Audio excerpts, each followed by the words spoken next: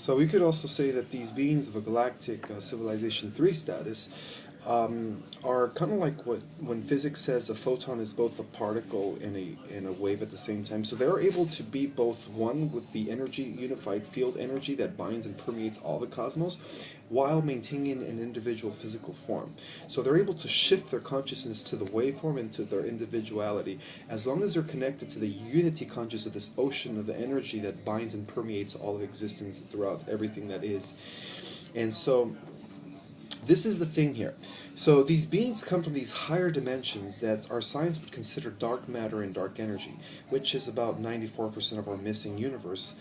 And so from these dark matter, dark energy, these beings descend from these higher dimensional spheres that are apparently our science cannot really detect until recently using X-ray technology. But for many, many years, it was like mind-boggling to the community of scientists when you ask, well, what is dark matter and what is dark energy? It's almost as mind-boggling as saying, well, what is the observation effect when it comes to, the idea that an atom is never still? The moment you observe it, you see it, but in reality, it's kind of bouncing everywhere at once, or it is existing in different aspects all at once, simultaneously. And so you have to understand that the subatomic world of quantum is also related to the way the cosmos functions and our role in it. So it's all interconnected. So this is how it works. From the center of the galaxy, these immortals that descend from these dark matter, dark energy spheres are the ones that control or administrate the universal life force that comes from the higher spheres. And these are the circuits that begin the formation of solar systems and planets. So you could say that these are the life.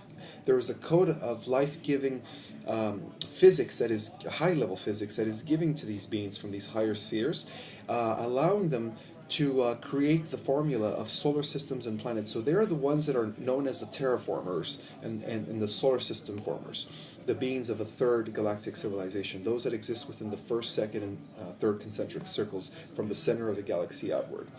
And their offspring are the beings that go off into the third and fourth concentric, which is the second sphere of the galactic system coming from the inner core out. And they are the ones that begin populating the new formed worlds that were created by the beings, by their parents, beings at the galactic center. And so their children are the ones that begin the existence of population 2 stellar civilizations. So population 2 stellar civilization comes as a result from the galactic status civilization. So it comes from the top down, from the center of the galaxy. Life has, since the beginning of galactic systems, life is already existing at the center of the galaxy, and life begins to activate the different life stations on the different concentric circles as we go out into the periphery of the galaxy. So the beings of a population 2 system descend in this process of involution of spirit into matter. That's why it's very important to understand that these mythological gods had no corporal physical form like us. They had a different type of body made out of a different type of energy matter substance that I will go over in a later chapter. So the beings of a stellar civilization are the offsprings of the beings of a galactic civilization that exists within the center of the galaxy.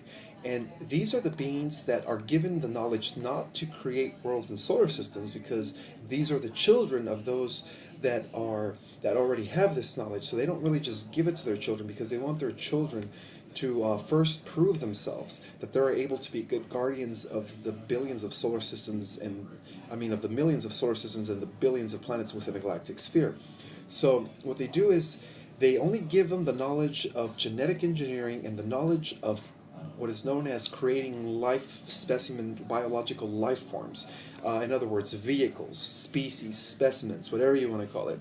And so the beings of a population 2 system, which are the offspring of the beings of a galactic system existing within the third and fourth concentric circles, are the beings that are actually planting the seeds, the dropping off what they call prokaryotic bacteria in all of these terrestrial worlds that are existing within the fourth, fifth, and sixth concentric circles, which is the outer rim of the galaxy where our Earth hangs today. Actually, our Earth hangs within the fourth and fifth concentric circles, a little bit of, right outside of the second, third, and fourth concentric circles where the stellar civilizations exist. So we're not too far out in the outer rim, but we're almost out there.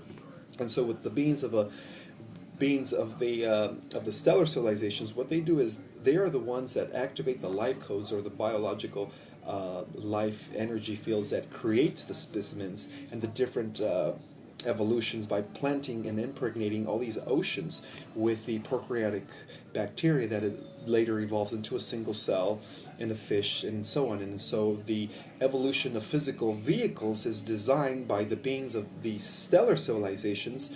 And then once these vehicles reach a certain level, that's when the spirit descending beings that started off from the center of the galaxy, then through their offspring colonized stellar civilizations. That's where they begin to connect with physical vehicles, is in the fourth and fifth or sixth outer rim, where the terrestrial planets are being impregnated by the prokaryotic cell that allowed for the evolution of physical vehicles. And this happens because these celestial descending spirits eventually, in order to experience greater opportunity and greater growth for everything else, for the cosmos, this is where they are able to connect with matter and then create and then allow for the process of ascension, or what we call evolution, to happen.